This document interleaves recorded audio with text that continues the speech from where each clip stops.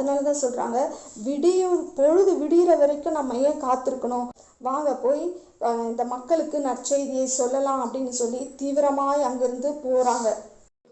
உங்க வாழ்க்கை முடிவுக்கு வந்துருச்சுன்னு நினைச்சுக்கிட்டு இருக்கிற சமயத்துல உங்களுக்கு ஒரு நற்செய்தி வந்து உங்களுக்கு ஆசீர்வாதங்கள் வரும்போது நீங்க என்ன பண்ணணும், அந்த ஆசீர்வாதத்தை எடுத்துக்கொண்டு நீங்க மட்டும் சந்தோஷமா வாழணும்னு நினைக்க கூடாது.